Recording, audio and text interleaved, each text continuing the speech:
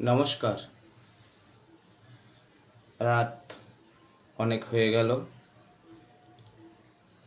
সারাদিনে বিভিন্ন জায়গা যাওয়া, বিভিন্ন কাজকর্মের সাথে থেকে সময়ও পাইনি। আপনাদের সামনে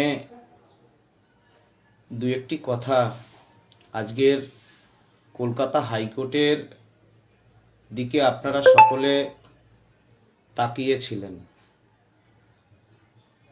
প্রত্যেকে তাকিয়েছিলেন যাতে বেআইনি নোটিশ এবং গেজেট আবারও 9-10 বছর পরে রাজ্য সরকার নিজের পাপ ধুয়ে ফেলার জন্য যে পরীক্ষার বন্দোবস্ত করেছে, আমাদের অনেক বোন যারা দৃষ্টিশক্তি হারিয়েছে, যারা ফিজিক্যালি হ্যান্ডিক্যাপ, যারা বয়স পেরিয়ে গেছে, যারা অনেক পার্সেন্টেজ কম আছে,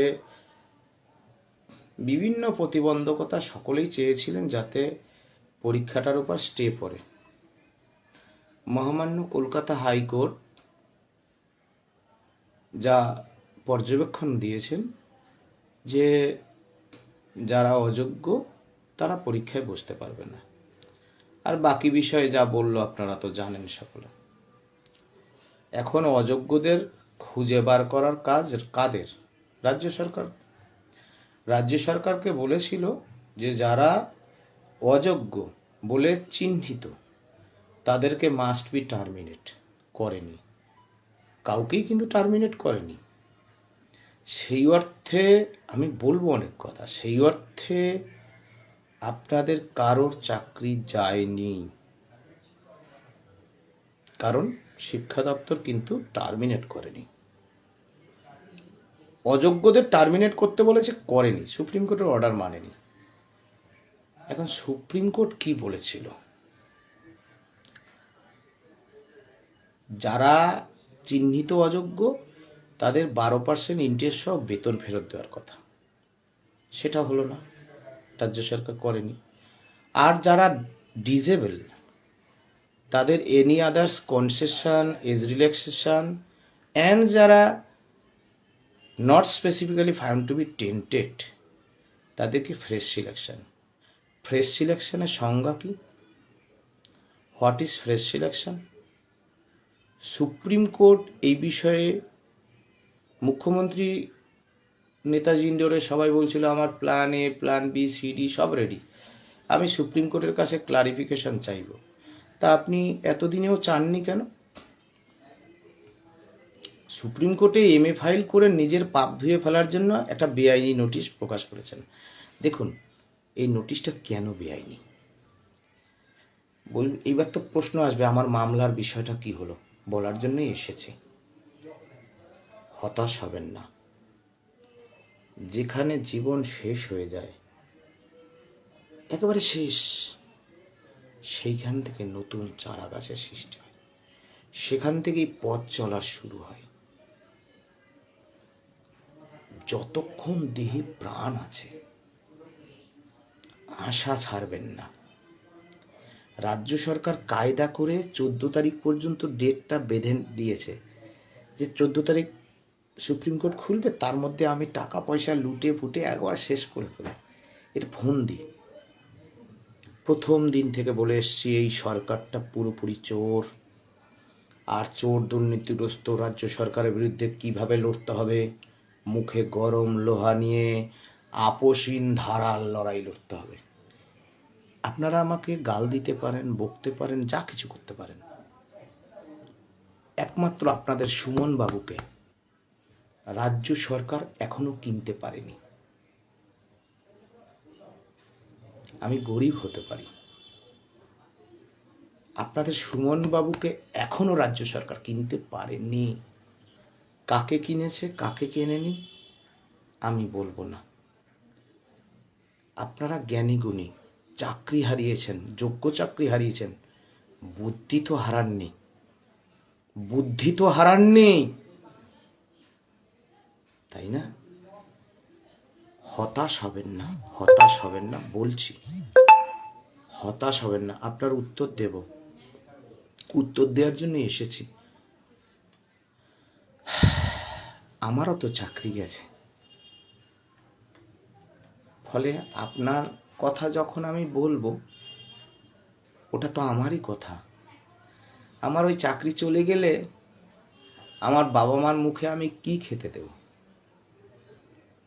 শিক্ষাকর্মীরা জোগাড়ে কাজ করতে যাচ্ছে, ওরাই জানে ওদের কি কষ্ট।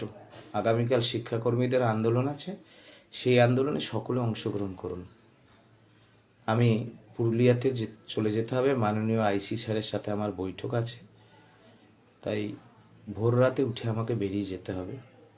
আমি নিজে সশরীরে থাকতে পারলাম না, কিন্তু আমার অন্তর থাকবে যোগ্য শিক্ষাকর্মী যাদের মুখে খাবার নেই, যাদের সন্তানের মুখে খাবার দেওয়ার ব্যবস্থা নেই, তাদের আন্দোলনে। আপনারা সকলে আসুন, সব শিক্ষকরা অংশগ্রহণ করুন। এখন সবাই হতাশ হয়ে গেছে, তাহলে কি ফর্ম ফিল আপ করবো, কী করব? আমি আগেও বলেছি, ফর্ম ফিল আপ মানেই পরীক্ষা দেওয়া নয়। তাহলে এই ধরনের কথা বলছি, পরিষ্কারভাবে বলছি না কেন যে ফর্মটা ফিল আপ করুন? এখনো সময় আছে, এখনো সময় আছে, হতাশ হবেন না। আমিও তো ফর্ম ফিল আপ করবো যদি সেরকম বিষয় হয়, তাই না? আমি এখনো করিনি। আমি যা বলি আমার জীবদ্দশা, আমার জীবনে প্রয়োগ করি, তারপর অন্যকে সেই কথা বলি। আমি আমার দুটো মামলা সুপ্রিম কোর্টে অনেক দিন হয়ে গেছে। আশা করেছিলাম যে তার পরের দিনই ডিফেক্ট কিওর হয়ে উঠবে। দেখুন, সব কিছুতে রাজনীতি। আমি একটা ক্ষুদ্র মানুষ, আপনারা ভিক্ষা দিয়েছিলেন বলে আমি সেই সময় দিল্লি যেতে পেরেছিলাম। অনেক রাজনীতির বিষয় থাকে এই মামলাতে, অনেক রাজনীতির বিষয় আছে। সেই মামলা আজ কাল পরশু, ডিফেক্টের পর ডিফেক্ট, তারপরে অবশেষে ফাইনাল সাবমিশন, ড্রাফট কপি, তাতেও ডিফেক্ট। শেষ পর্যন্ত 4টে পয়েন্টে ডিফেক্ট লাগে, মানে ফাইনাল সাবমিশনে কিছু না, মামুলি, কিন্তু ডিফেক্ট। তো সেই যে যারা মামলার বিষয়ে জানেন বোঝেন তারাই বুঝবেন আমি কি বলছি। আপনারা চেকিং করলেই জানতে পারবেন। একটা ডায়েরি নম্বর 30303/2025, একটা ডায়েরি নম্বর 32408/2025। হ্যাঁ, OMR এর কেসটা কবে উঠবে? ধন্যবাদ। 14 তারিখ নবান্ন অভিযানে থাকবেন, ধন্যবাদ। বলছি, ফাইনাল সাবমিশনের ডিফেক্টের অ্যান্সার যখন আমি আপনাদের সাথে কথা বলছি ইতিমধ্যেই সাবমিশন হয়েছে। আমি আবারও বলবো, আজকের দিনে সব অংশের যোগ্য চাকরিহারারা আপনারা যখন হতাশ, আপনারা আর একটা রাত বুকে পাথর চাপা দিয়ে কাটান। দুটো মামলায় ডিফেক্ট কিওর হয়ে সুপ্রিম কোর্টে শুনানি হবে। সব বিষয়ে রাজনীতি দাদা, অনেক বিষয় আছে, সব বিষয় বলা যায় না। শুধু আপনাদেরকে ভরসা করতে বলবো, আমরা যে বিশিষ্ট মানুষদের কাছে গেছি, উপেন্দ্রনাথ বিশ্বাস মহাশয়, জাস্টিস অভিজিৎ গাঙ্গুলি, জহর সরকার, সবাই কিন্তু আমাদের বলেছে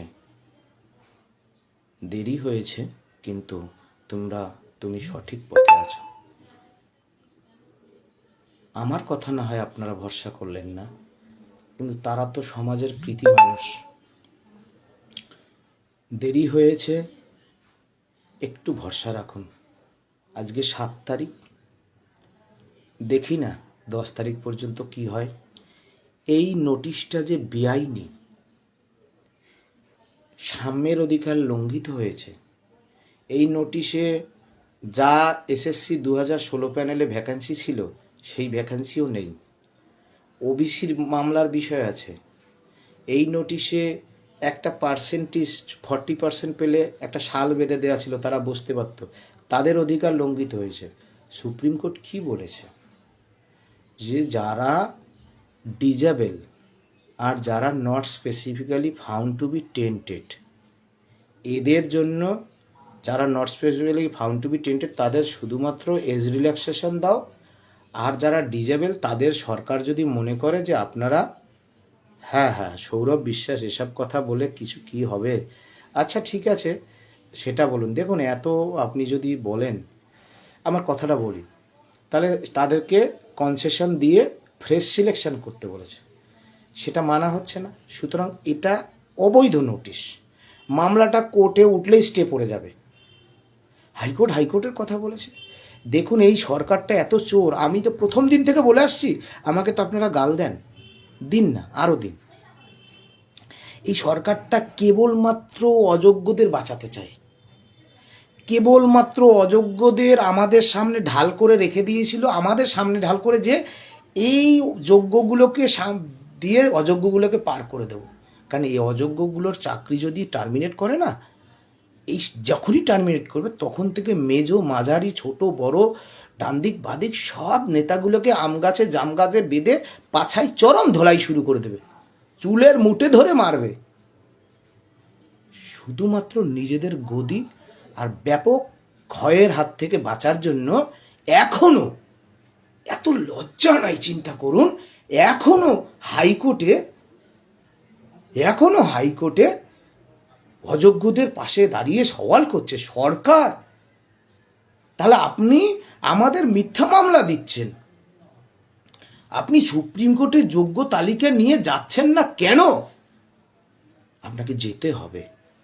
আর মামলার বিষয় যারা প্রশ্ন করেছিলেন, আমি আবারও বলছি, মামলা দেরি হয়েছে, মামলা করতেও দেরি হয়েছে, বুঝতেও দেরি হয়েছে, আর্থিকভাবেও স্বাবলম্বী না থাকলে যা হয়, তখন তো মামলা করার মতো আমার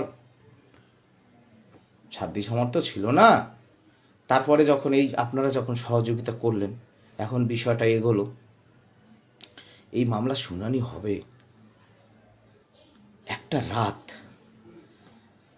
মিথ্যা প্রতিশ্রুতি বা বুজরুকি নয়, একটা রাত আপনারা অপেক্ষা করুন। একটা রাত সবাইকে বলছি, আপনারা অপেক্ষা করুন। আর যারা যেখানে প্রকৃত অর্থে এই চোর দুর্নীতিগ্রস্ত রাজ্য সরকারের বিরুদ্ধে কেবল এবং কেবলমাত্র এসএসসি 2016 প্যানেলের চাকরি বাঁচানোর, যোগ্য চাকরি বাঁচানোর লড়াই যেখানে হবে, যে ডেকেছে কে ডেকেছে জানা নাই, ছুটে যান। কে ডেকেছে দরকার নেই, ছুটে যান। আমি আগেও বলেছি, 2 তারিখ এসএসসি ভবনে কেউ আমায় ডাকেনি, আমি গিয়েছি।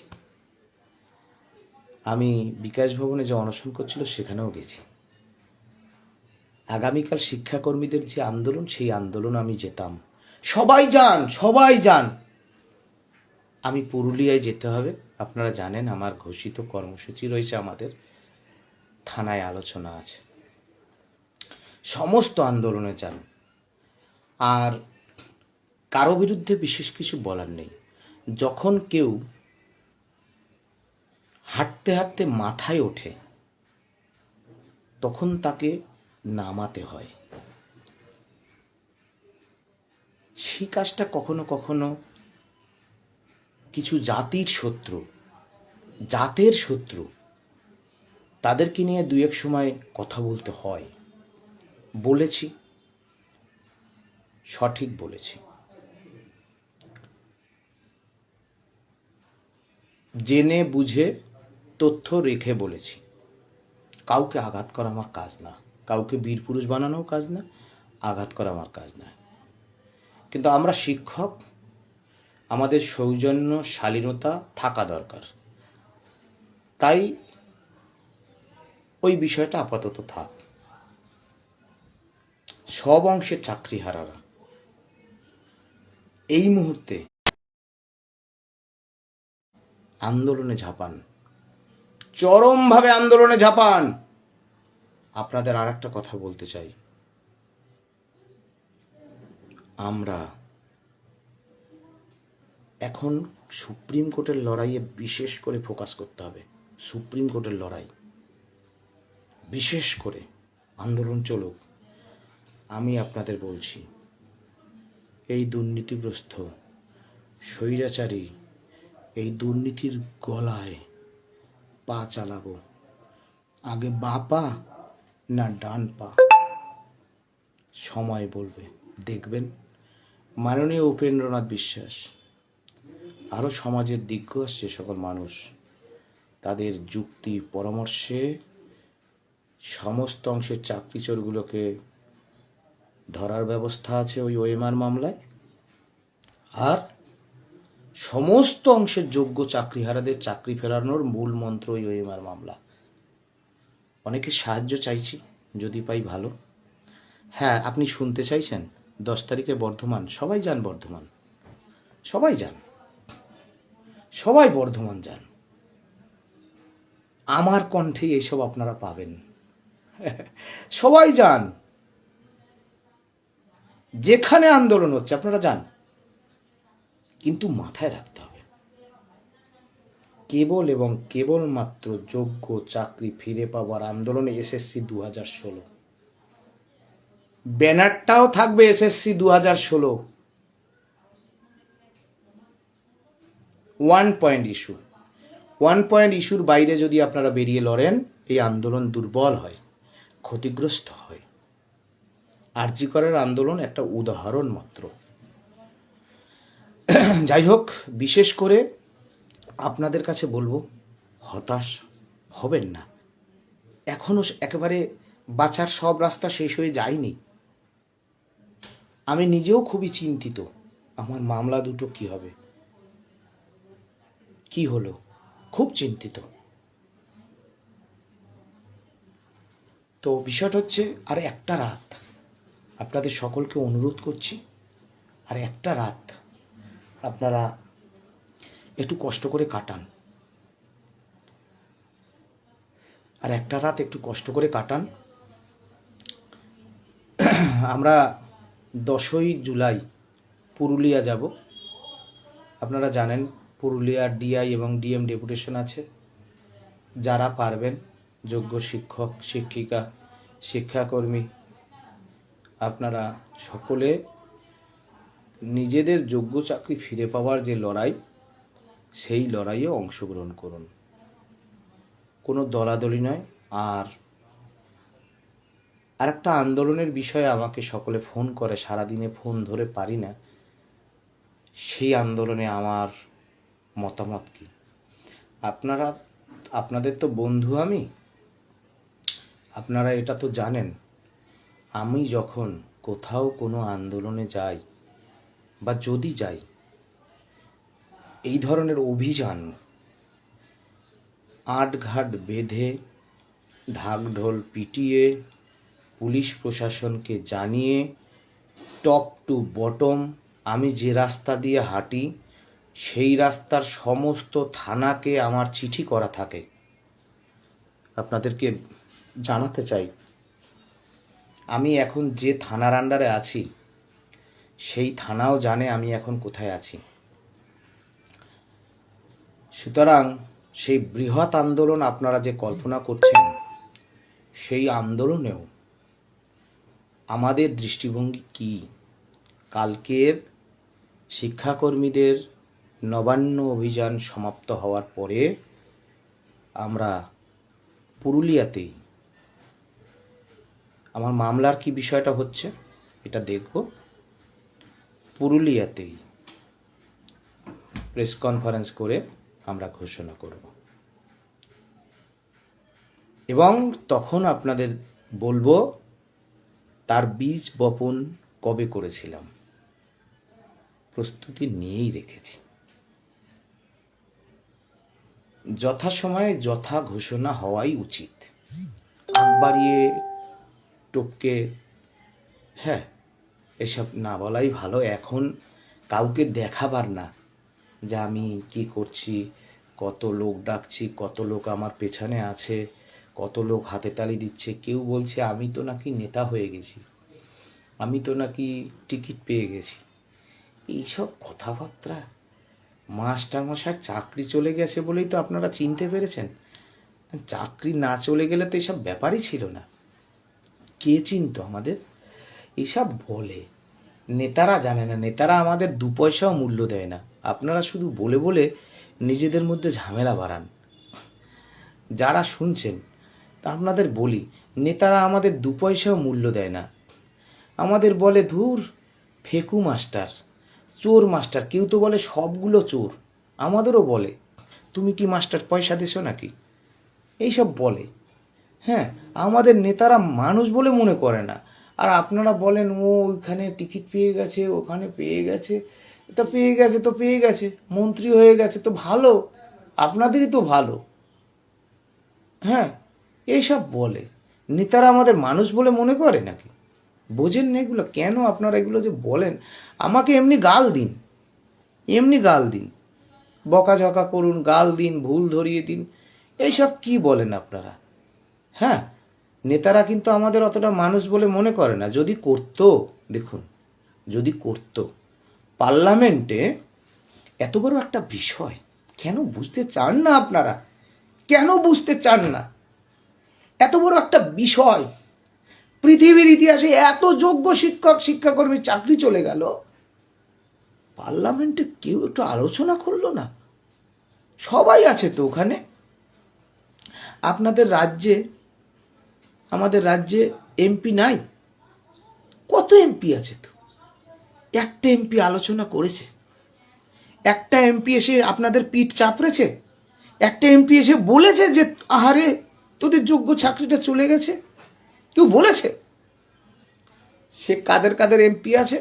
2টো দলের আছে। কেউ বলেছে? বলেছে কি? বলেন। কোনো বিধায়ক স্বতঃপ্রণোদিতভাবে এসেছে? বিধানসভায় আপনাদের জন্য কেউ বলেছে? একজন বিধায়ক শিক্ষক, আমি তাকে ধন্যবাদ জানিয়েছি, মনোজ ওরাও, তিনি শিক্ষক, তিনি বলেছেন। আরও 2জন বিধায়ক শিক্ষক, আমি তার সাথে যোগাযোগ করেছি। অনেক শিক্ষক বিধায়কদের সাথে আমি যোগাযোগ করেছি, বলছি বলুন বলুন। তারপরে 2জন বিধায়ক, বাঁকুড়ার সম্মানীয় বিধায়ক আসে, ছাতনার বিধায়ক, তারা আমাদের মিছিলে হেঁটেছেন, ধন্যবাদ জানাই। কিন্তু বাস্তবিক অর্থে নেতারা আমাদের মানুষ মনে করে না। লাইভ দীর্ঘায়িত করছি না, আপনারা এইসব বলবেন না, আমার দুঃখ হয়, দুঃখ লাগে। এখন চাকরি ফেরানোর জন্য কোর্টের লড়াই, ওএমআর মামলা। দেখুন দাদা দিদিরা, মাস্টারমশারা, ওএমআর মামলা যুগান্তকারী মামলা। এই মামলা সবাই আটকাতে চায়, সবাই, যাতে এই মামলার ডিফেক্টই না কিওর হয়, সবাই আটকাতে চায়। আর আমাকে আপনারা কি বলে গাল দিচ্ছেন? এই দলের টিকিট পেয়ে যাচ্ছে, ওই দলের টিকিট পেয়ে যাচ্ছে, সবাই আটকাতে চায় ওএমআর মামলা। ওএমআর যেন প্রকাশিত না হয়। ওএমআর প্রকাশিত হলে সব চাকরিচোর ধরা পড়বে, সব যোগ্যরা চাকরি পাবে। যে আমাদের সহপাঠীরা যে যোগ্য ওয়েটিং দিনের পর দিন কাতরেছে, রাসমণিরা, সবার মুক্তি মিলবে। আপনারও চাকরি বাঁচবে, এই কলঙ্কের হাত থেকে সারা জীবনের জন্য বাঁচবেন। হ্যাঁ, কেউ বলছে আমি 500 টাকা দিয়েছিলাম, আমার টাকাটা ফেরত দিও, এসব বলেন কি রাগে বলেন? সত্যের পথে আছি, একবার উল্টে পাল্টে চেকিং করে দেখুন। আপনাদের সুমনবাবু, যাকে আপনারা অতি অনায়াসে গাল দিতে পারেন, তাকেই একমাত্র রাজ্য সরকার কিনতে পারেনি, কিনতে পারেনি। অনেক লড়াই, অনেক লড়াই। আগামী দিনে আপনারা সব লড়াইয়ে থাকুন। 8 তারিখের পর বড় আন্দোলনের ঘোষণা নিঃসন্দেহে করব। ফর্ম ফিল আপের বিষয়ে বলবো, ফর্ম ফিল আপ করা উচিত কি উচিত না, সময় আছে। মামলা দেখি কি হয়। আশা করি ভুল বুঝবেন না, হতাশ হবেন না। আমারও চাকরি গেছে, আমিও মাঝে মাঝে কেঁদে উঠি, আমিও মাঝে মাঝে কেঁদে উঠি, আবার বজ্রের মতো শক্ত হয়ে দাঁড়াই, রুখে দাঁড়াই। আমি প্রাণ থাকতে আপনাদের বলি, আমি শুনুন, এগুলো সেন্টিমেন্টাল কোনো বিষয় নয়। প্রাণ থাকতে আপনারা এই দুর্নীতির সাথে আপোষ করবেন না। প্রত্যেক যোগ্যর চাকরি বাঁচবে। পৃথিবীর কোনো শক্তি নেই যোগ্য চাকরি নিয়ে নেয়। ছারখার করে দেব, ছারখার করে দেব, আমি আপনাদের কথা দিয়ে রাখলাম। আমার জীবন বেঁচে থাকতে আমার এই যোগ্য চাকরি যাই কি করে, তার জন্য আমি ছারখার করার জন্য প্রস্তুত। এখনো আইন মেনে আছি, এইটুকুই বলতে চাই। অনেকক্ষণ বললাম, ক্ষমা করুন। আগামীকাল দেখি মামলার কি হয়। শুনুন, চাকরি পেয়েছিলাম, খাওয়া দাওয়া করে ভালো ছিলাম, বাবা মা ভালো ছিল। খারাপভাবে থাকবে এই তো বানের জলে ভেসে যাব, যে বাড়িটা করেছিলাম বিক্রি করে দিতে হবে, ভাড়া বাড়ি থাকবো, তো কি হয়েছে? আত্মসম্মান বিসর্জন দিয়ে কিছু করা যাবে না, গলা কেটে দিতে রাজি আছি। কিন্তু দুর্নীতির বিরুদ্ধে আপোষহীন ধারার লড়াই না লড়তে পারলে আপনার চাকরি তো গেলই, আপনার পরবর্তী প্রজন্ম ভিখারি হবে, মেরুদণ্ডহীন হবে, প্রতিবাদ করতে শিখবে না। আপনারা যোগ্য শিক্ষক, যোগ্য শিক্ষাকর্মী, এই সমাজ আপনাদের কাছ থেকে সেই জিনিস চায়, সেই বারুদ চায় আপনাদের মধ্যে। সুকান্ত ভট্টাচার্যের অনেকক্ষণ বললাম, ক্ষমা করবেন। সুকান্ত ভট্টাচার্যের একটি কবিতা আছে, দেশলাই কাঠি, এটা বলে শেষ করি। এইটা আপনারা পড়বেন, শক্তি পাবেন। আর যে সন্তানের উপর তার মায়ের বাবার আশীর্বাদ থাকে, তাকে রোখার ক্ষমতা পৃথিবীর কারণেই। আমি অনেকবার বলেছি। সুকান্ত ভট্টাচার্যের দেশলাই কাঠি। আমি একটা ছোট্ট দেশলাই কাঠি, এত নগণ্য হয়তো চোখেও পড়ি না, তবু যেন মুখে আমার উসখুস করছে বারুদ, বুকে আমার জ্বলে উঠবার দুরন্ত উচ্ছ্বাস। আমি একটা দেশলাইয়ের কাঠি। মনে নেই এই সেদিন হুলস্থুল বেঁধে গিয়েছিল, ঘরের কোণে জ্বলে উঠেছিল আগুন, আমাকে অবজ্ঞা ভরে না নিভিয়ে ছুঁড়ে ফেলায়। কত ঘরকে দিয়েছি পুড়িয়ে, কত প্রাসাদকে করেছি ধূলিসাৎ, আমি একাই ছোট্ট একটা দেশলাই কাঠি। এই সেদিন চমকে উঠেছিলে, আমরা শুনেছিলাম তোমাদের বিবর্ণ মুখের আর্তনাদ। আমাদের কি অসীম শক্তি, তা তো তোমরা বুঝেছ বারংবার। তবু কেন বোঝো না? তবু কেন বোঝো না? আমরা বন্দি থাকবো না তোমাদের পকেটে পকেটে। আমরা বেরিয়ে পড়ব, আমরা ছড়িয়ে পড়ব শহরে, গ্রামে, গঞ্জে, দিগন্ত থেকে দিগন্তে।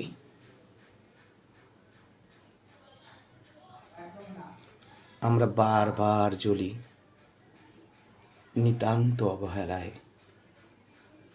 কিন্তু তোমরা তো জানো না কবে আমরা জ্বলে উঠব সবাই শেষবারের মতো। নমস্কার। এই কবিতাটা কবি সুকান্ত ভট্টাচার্যের দেশলাই কাঠি। পড়বেন, বারবার পড়বেন, আর নিজের কোমল হৃদয়টাকে লোহার মতো, লোহের মতো, ইস্পাতের মতো শক্ত করে তুলুন। রিভিউয়ে কি হবে আমি রিভিউ করিনি। যোগ্যদের তালিকা না দিলে রিভিউয়ে কিচ্ছু হবে না। যোগ্য তালিকা দিতে হবে। যোগ্য তালিকা অন দ্য বেসিস, কিসের বেসিসে দেওয়া হলো এই যোগ্য তালিকাটা, সেটা না দিলে কিচ্ছু হবে না। ক্ষমা করবেন যারা রিভিউ করেছেন, অনেক খাটাখাটনি করে করেছেন, সবাইকে ধন্যবাদ। এটা আমার অবজারভেশন। নমস্কার। অনেকক্ষণ বললাম, পড়াশোনা করুন। মানে পড়াশোনা বলতে এই কবিতাটার কথা বলছি। বিদ্রোহী কবি কাজী নজরুল ইসলাম, কিংবা সুকান্ত ভট্টাচার্য, কিংবা দেবব্রত সিংয়ের তেজ। খাড়া পাহাড়ে ওঠা যে কি জিনিস, তার জন্য দম লাগে, তার জন্য তেজ লাগে। আর ওই তেজটুকুর জন্যই আপনার আমার বাবা মা পড়াশোনা শিখিয়েছে। সুতরাং জীবন থাকতে ওই তেজ কারো কাছে 22 টাকা 20 টাকা 1 কাপ চা, সাদা স্করপিও বা আরামপ্রিয় জীবনের কাছে বিক্রি নেই, বিক্রি নেই। ভালো থাকুন, আমরা কিন্তু জিতব। সুপ্রিম কোর্টের কথাটা বলেছি ভাই, সুপ্রিম কোর্টের কথাটা বলেছি। সবাইকে নমস্কার, গুরুজন যারা ছিলেন প্রণাম, আর অন্যান্যদের সালাম, জয় জহর। সবাই ভালো থাকুন, আমরা জিতব, জিতব। যারা পারবেন আগামী 10 তারিখ যে যেখান থেকে পারুন নিজেদের তাগিদে আসুন পুরুলিয়া। ডিএম ডেপুটেশন, কারোর সাথে কম্পিটিশন নয়, কোনো কম্পিটিশন নেই, আমার অর্থবল নেই, ঠিক আছে? কম্পিটিশন না, লোক দেখানোর বিষয় নয়। ডিএম এবং ডিআই ডেপুটেশন আসুন, সবাই আসুন, সমস্ত আন্দোলনে অংশগ্রহণ করুন। আর বৃহৎ আন্দোলনের ঘোষণা যথাসময়ে 72 ঘন্টার আগে ঘোষণা করব, যাতে আমার উত্তরবঙ্গের মানুষ, নস্য শেখ জনজাতি, রাজবংশী জনজাতি, অন্যান্য জনজাতি, কামতাপুরী, গ্রেটার কুচবিহার, সমস্ত অংশের মানুষ, আমাদের মুখ্যমন্ত্রী কী ভাবেন? মাননীয় মুখ্যমন্ত্রী যোগ্য তালিকা দিন। দুর্নীতির গলায় প্রথমে পা চালিয়ে দেবো, বাঁ পা, বাঁ পা, বাঁ পা ওই দুর্নীতির গলায় চালাবো মাননীয় মুখ্যমন্ত্রী। আর বেশি দেরি নেই, খুব খুব তাড়াতাড়ি। আপনি জানেন, কেউ জানে না, আপনি জানেন কি চিঠি আমি দিয়ে রেখেছি, কত তারিখ দিয়ে রেখেছি, কোথা থেকে দিয়ে রেখেছি, কোন গলির মধ্য থেকে দিয়ে রেখেছি, আপনি ছাড়া কেউ জানে না।